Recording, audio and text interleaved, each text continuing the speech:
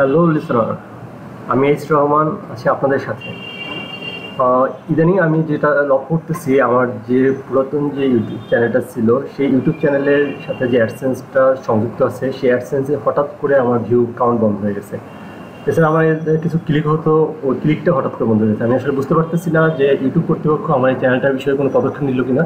এই জন্য আমি আজকে স্বর্ণপূর্ণ হচ্ছি আমার ফ্রেন্ড ইহকের কাছে। দেখি ইহক আমাকে এই বিষয়ে কতটা সাজেশন দিতে পারে। ইহক, আমি এই যে সমস্যাটা করলাম, এটা আসলে আমি বুঝতে পারতেছি না যে আসলে কেন হচ্ছে। আচ্ছা, হ্যালো ভিউয়ার, আমি ইহক। ইতিপূর্বে আমরা বেশ কিছু ভিডিও করেছি, আজও একটা নতুন ভিডিও নিয়ে আসছি। মূলত আজকের ভিডিওটা একটা প্রবলেম রিলেটেড, যেটা ইস রহমান বলছিলেন যে একটা প্রবলেমে পড়েছেন। তো এই ধরনের প্রবলেমে আসলে আমরা অনেকেই পড়ছি রিসেন্টলি কয়েকদিন ধরে। তো এই বিষয়টা নিয়ে আমরা একটা আলোচনা করব। হয়তো বন্ধুরা যারা আছেন তারাও এই ধরনের প্রবলেমে পড়েছেন, যার কারণেই মূলত শেয়ার করা, যে প্রবলেমটার কারণটা কি, জাস্ট কারণটা আমরা ফাইন্ড আউট করবো আজকে। তো আমরা কয়েকদিন ধরেই দেখছি যে আমাদের ইউটিউবে ভিউ হচ্ছে, বাট আমাদের যে অ্যাডসেন্স আছে সেখানে সেই ভিউটা আসছে না। ওকে, তো কী ধরনের প্রবলেম হয়েছিল? আমি গত শুক্রবার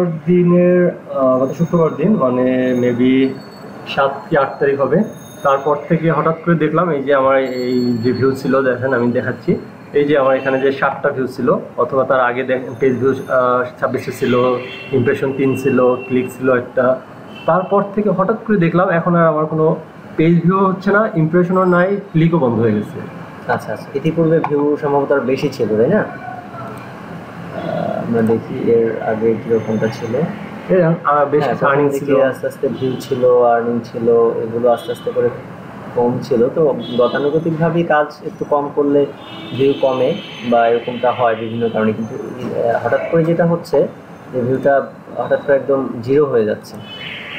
আর কিন্তু আমি এই ভিউটা এখানে এবং ইউটিউবে সেম ছিল আগে, যে এখানে যেরকম ছিল ওখানে হয়তো মোটামুটি মোস্টলি সেমই ছিল। এখানে যদি 10টা হয় ওখানে হয়তো 9টা হইতো, কিন্তু এ ধরনের হতো না যে ওখানে 20টা হয়েছে আর এখানে একটাও হয়নি। ইউটিউবে যদি 20টা হয়, এখানে অ্যাডসেন্সেও মোটামুটি 18-19টা হওয়ার কথা, কারণ এখন সেটা হচ্ছে না। আচ্ছা, এই প্রবলেমটা আসলে কোনো প্রবলেম বলা যাবে না, এটা হচ্ছে নতুন একটা নিয়ম হয়েছে, যেটা অ্যাডসেন্স ইউটিউব মিলে করেছে। আপনারা হয়তো অনেকেই শুনে থাকবেন যে কিছুদিন আগে বেশ কিছু বড় বড় যারা অ্যাড দিত, ইউটিউবের যে অ্যাডগুলো দিত, সেই তারা এখান থেকে সরে গেছে, অ্যাড দিচ্ছে না আর অ্যাডসেন্সে।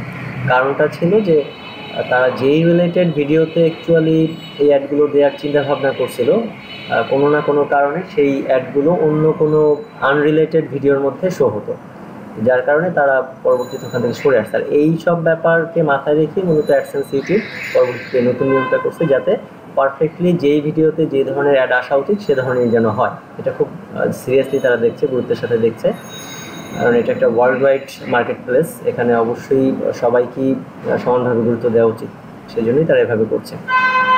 যাই হোক, তো এটার সমাধান তারা যেটা দিয়েছে যে এখন যেই ভিডিওগুলো বা যেই চ্যানেলের ভিউগুলো 10,000-এর নিচে ভিউ হবে, সেই চ্যানেলগুলোতে অ্যাড শো হবে না।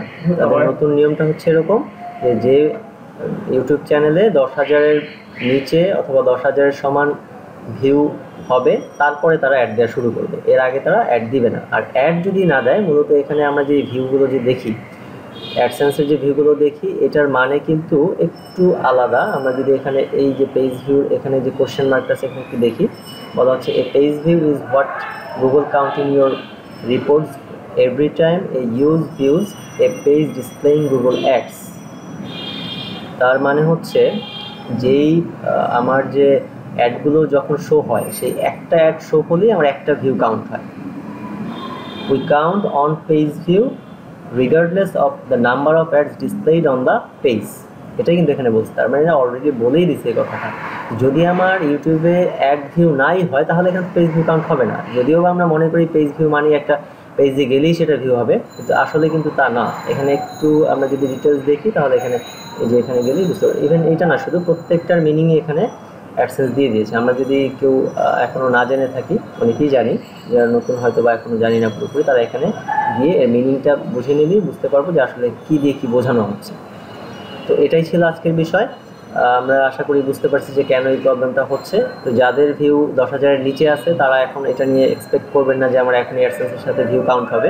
10,000 ভিউ যখন কাউন্ট হয়ে যাবে এরপর এমনিতেই অ্যাড এখানে চলে আসবে, টেনশন করতে হবে না, টেনশন করার কিছু নেই। আচ্ছা, তার মানে আমার চ্যানেলটা কোনো ক্ষতিগ্রস্ত হয়নি, ইউটিউব আমার চ্যানেল ক্ষতিগ্রস্ত করেনি, কিন্তু আমার ভিউ 10,000 নাই যে কারণে আমি পাচ্ছি না, এরকম একটা ব্যাপার? হ্যাঁ, রাইট, এক্স্যাক্টলি, এখানে ভিউটা সেই কারণেই শো হচ্ছে না। তার মানে আমার নতুন নতুন আর ভিডিও দিতে হবে, যখন আমার টোটাল ভিউ কাউন্টটা 10,000 ক্রস করবে তখন থেকে অটোমেটিক এখানে অ্যাড চলে আসবে, মনিটাইজেশন থাকলে আমার অ্যাড চলে আসবে। যাক, অন্তত একটা দুশ্চিন্তা কাটলো যে আমার ইউটিউব আমার চ্যানেলটাকে অন্তত করেনি, বন্ধ করে দেয়নি, অথবা অন্য কোনো পদক্ষেপ নেয়নি চ্যানেলটার প্রতি। না, সে ধরনের কিছু না। তবে আমাদের এখন যেহেতু ইউটিউব সিরিয়াসলি ব্যাপারগুলো দেখছে, আমাদেরকেও এটা চিন্তা করতে হবে। অনেকেই করতো যেটা, যে থাম্বনেল দিত আকর্ষণীয় বা রিলেটেড না ভিডিও ভিউ আনার জন্য, কিন্তু অ্যাকচুয়ালি এই ব্যাপারগুলো এখন ইউটিউব অ্যাডসেন্স খুব সিরিয়াসলি দেখতেছে। তো আমাদের এক্স্যাক্ট যেই ভিডিও বা যেই রিলেটেড ভিডিও, সেই ভিডিওই থাম্বনেল দেবো, সেই রিলেটেডই আমার টপিক দেবো, উপরে ট্যাগ দেবো, সব কিছু যেন সেই রিলেটেড হয় সেদিকে আমরা দৃষ্টি রাখবো, তাহলে আমরা ভবিষ্যতে আর্ন করতে পারবো এখান থেকে।